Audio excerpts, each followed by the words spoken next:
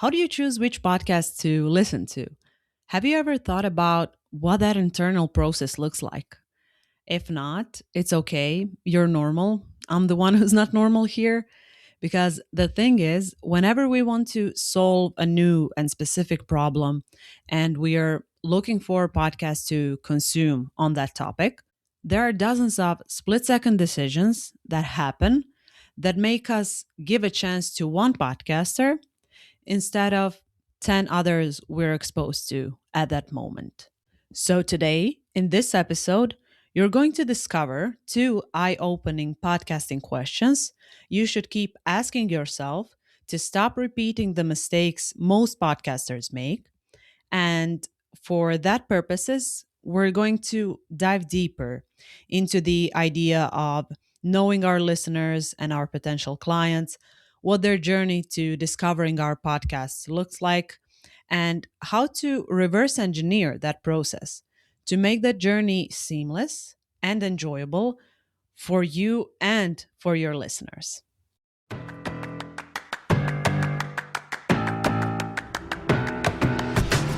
This is Say Yes to Podcasting, where solopreneurs learn how to start podcasts that attract their ideal clients and do the marketing for them. I'm your host, Anja Lordanic. Say Yes to Podcasting today. I've been going through this questioning process unconsciously, and as we all do, but as soon as it became apparent and really obvious what was happening, I knew I had to record a podcast episode and talk about it. What I promised to you in this episode and with the title of this episode is that there are two extremely important questions in podcasting that will help you get clarity on what you should do next with your podcast, whether it is only an idea inside your head, whether you have a fully thought out plan, or whether you've even launched your podcast already. With these questions, you will at least know what not to do, and we all know that is also a step in the right direction. And bear with me, please. Bear with me until the end because this will sound simple at first. But as I demonstrate bit by bit, element by element, how all of this looks in real life, you will see exactly why you need to take this to heart. And I will make it tangible, I promise. The first important question we should be asking ourselves in any part of the podcasting process is this: what would I do here as a potential listener? And then the second one, knowing what I would do as a potential listener, what makes the most sense to do next as a podcast producer, as a podcast host? It is offensively simple. And it all starts by putting yourself in your listener's shoes. And it all ends by you applying what they want in order for them to find you and your show. Chances are you were in their shoes before. So you understand your potential listeners. You understand their behavior, especially when they're looking for a podcast to listen to, which in this case is yours. The title of this episode of mine could very well be, for example, what you need to have in place for your podcast to attract your ideal listeners and clients. And that would be valid. But instead, I'm providing you with a reframe because I love a good reframe. And don't get me wrong, we're going to explore exactly what your podcast needs and what some of the non negotiables are. But we're going to do that from a different angle so that the lesson sticks better because this is a really important lesson. Let's get started. Here's an example. Let's say you work in sales and you want to launch a podcast about sales to attract clients who want to get better at selling. Awesome. I'm keeping this super basic on purpose, and you will see why. Let's say your podcast is called Sell to Succeed. You did the cover art or the artwork yourself. It's not really professional, but it looks fine enough, good enough. Your show description generally says you help your clients get better at sales and you make selling easy instead of uncomfortable and sleazy. And this is actually kind of cute, but it is general, and you will see later on what I mean. Your episode titles are Selling 101, How to Succeed, what makes a great sales process, and my sales journey. Now you get the general idea. We have our podcast in front of us, and for the purposes of this episode, we're going to focus on 6 elements that influence your potential listeners' first impressions and, consequently, their decision making process when they're looking for podcasts to listen to. So here are those 6 elements in order as they occur. Number 1, searching habits. Number 2, podcast name. Number 3, podcast artwork. Number 4, show description. Number 5, episode titles. And number 6, the first 3 minutes of the content itself. Let's start with number 1, searching habits, which inevitably inform 3 of the other elements, which are your podcast name, your episode titles, and your show description. And you will see what I mean in just a few minutes. And by the way, we will cover podcast artwork or cover art and the first 3 minutes of your content later. So those 2 elements will be covered later. So, number 1, searching habits, is just a simple way of me saying or mentioning podcast SEO. But if I were to say podcast SEO, you would have probably tuned me out. But podcast SEO is one of the most important things you can explore, play around with, and implement for your own show. Anyway, let's stick with the term searching habits. As we said, your podcast is about sales. So let's ask the first question. What would I do here as a potential listener? I.e., what would I search for as a potential listener? Which keywords would I use? So, if you're in your podcast player of choice looking for sales podcasts, and you were to type in sales, sales tips, or even overcoming the fear of selling, great. Now, the second question. Knowing what I would do, what I would type in as a potential listener, what makes the most sense to do next as a podcast producer? In this case, how does knowing what my ideal listener would type in the search bar inform my podcast name, episode titles, and show description? If your podcast is called Sell to Succeed, as we said, and there are 10 other podcasts next to it with more specific names, such as Fearless Selling for Women Entrepreneurs and Mastering Sales Skills for Introverts, or Selling Through LinkedIn DMs. How does your podcast name, Sell to Succeed, sound now? Sounds kind of catchy, but most importantly, it sounds too vague. If possible, my tip here would be to mention your target audience in the podcast name itself or state the outcome your target audience would like to achieve. And we'll talk more about podcast names in future episodes, but you get the overall gist for now. The same process should be applied to your show description and episode titles. And by the way, episode titles are crucial, and not enough podcasters place enough emphasis on them. And we'll talk about them in detail later. Now, let's say your ideal listener found your podcast name intriguing. They clicked and went to see what your show is all about, which they do by reading the show description. Now, going back to our first question, what would I do here as a potential listener? Does the show description speak to me exactly? Or does it sound like every other show? Or worse yet, does it sound like it was 100% created or generated using AI? If any of these are true, your potential listener will be inevitably turned off. Okay, second question. Knowing what I would do as a potential listener, what makes the most sense to do next as a podcast producer? The answer is make your show description something that will make your listeners say, yes, this is exactly what I need. You can even do this by recycling some of your website copy, your LinkedIn bio copy, or using the words your clients used in their testimonials. That's always a neat trick you could use. Great, your listener is now in, and now they're going through your episode titles to see which one they will click. We already said that some of your episode titles are, for example, Selling 101 How to Succeed, number 2, What Makes a Great Sales Process, and number 3, My Sales Journey. It is really obvious that these titles are way too generic and they do not address any demographic or psychographic or any kind of outcome in particular. And the last one, for example, My Sales Journey, that episode is focused on you instead of your listener. Let's get back to our questions now, since you, as a potential listener, would not be drawn to the titles we just mentioned. Okay, knowing that, what would you be drawn to? I.e., what should you, as a podcast producer, do at this stage? It is simple, but it is not easy.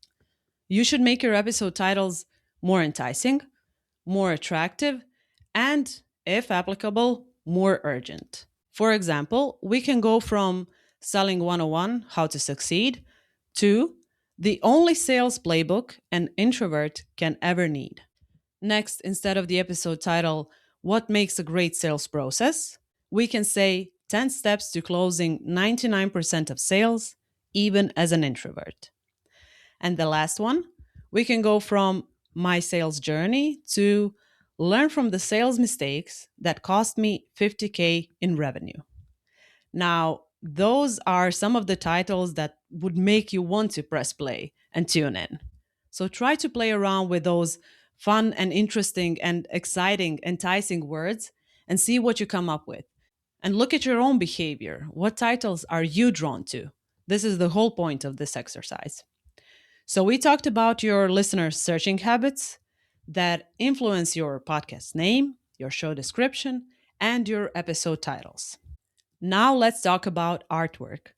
Your ideal listener typed in the keywords we already mentioned and is now presented with 10 podcasts they can choose from.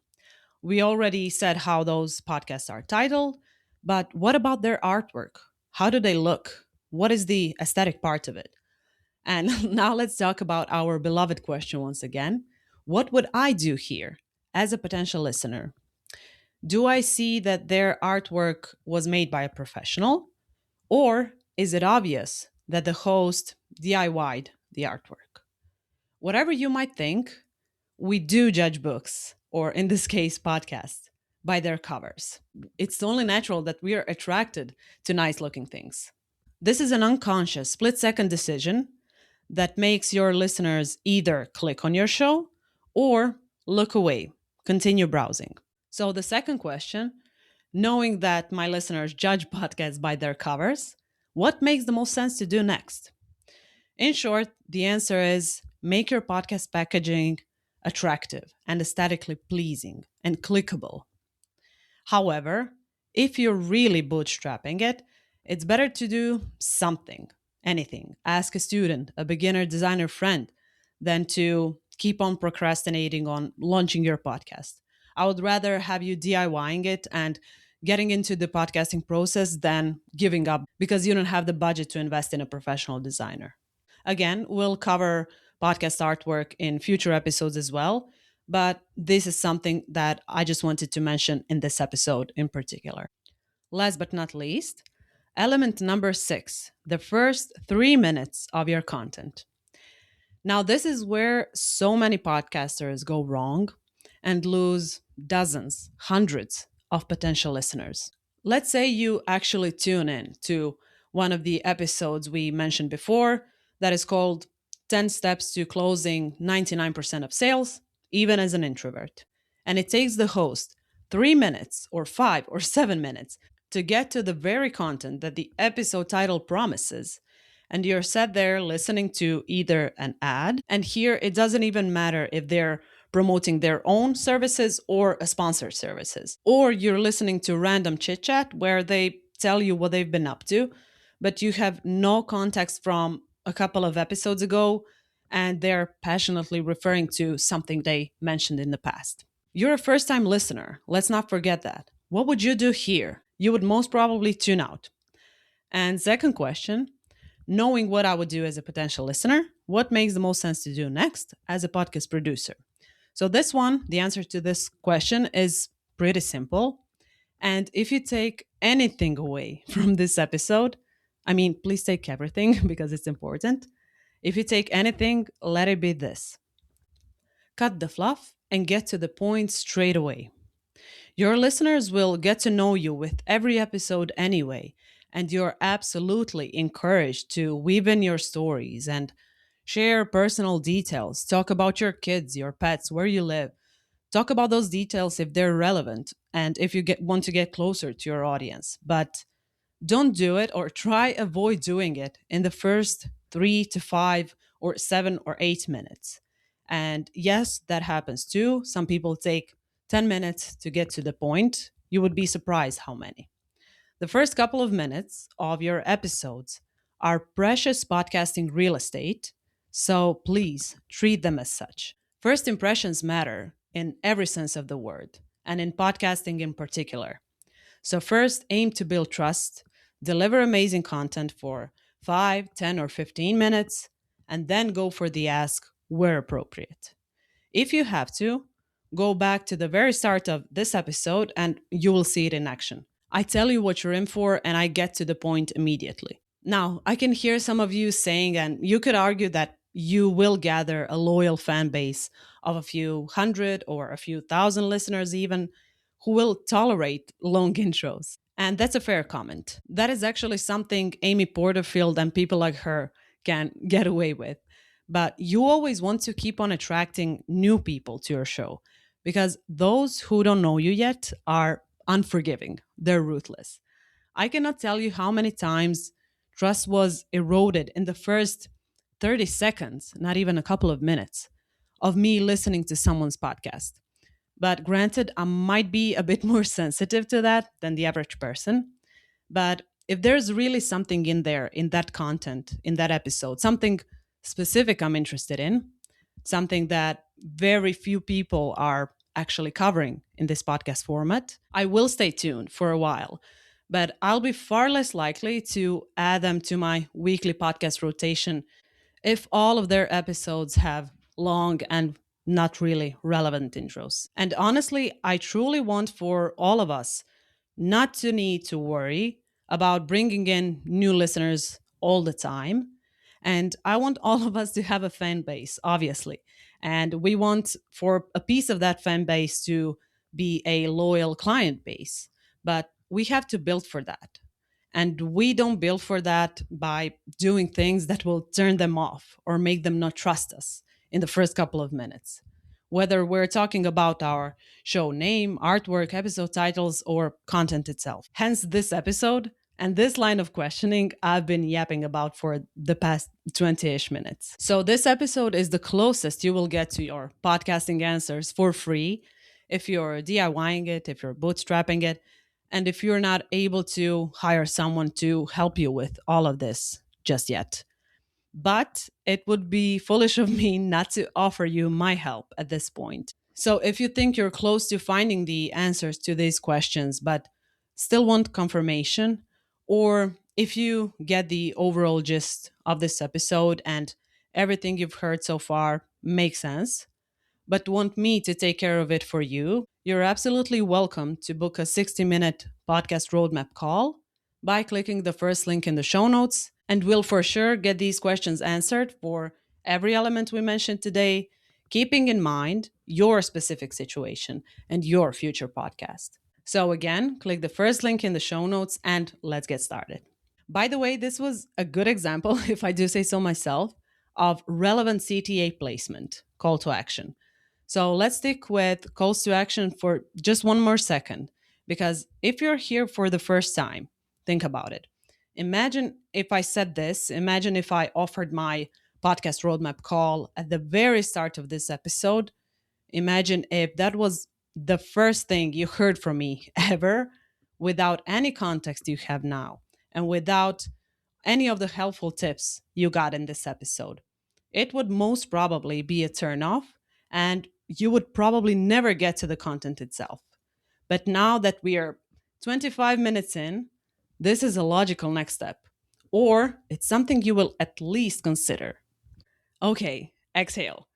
We're done with the 6 elements, and I hope that these examples I came up with made things more tangible. And if you feel called out, please don't worry, because I was the one who made all of the mistakes I talked about. I made them in some shape or form, all of them. So now you see how all of this is simple in essence. But we sometimes need to see it in action to realize how important it is to respect our listeners, both new and existing ones, and why we need to see them as smart and sophisticated content consumers, podcast content consumers, who don't have time to waste. And as I said before, they will not give us a second chance if we mess up colossally with any of the elements I mentioned before. Because, fun fact, research has shown that podcast listeners earn more, are willing to spend more, and are generally more engaged with audio episodes and the host hosting those podcasts compared to your average Instagram or TikTok user.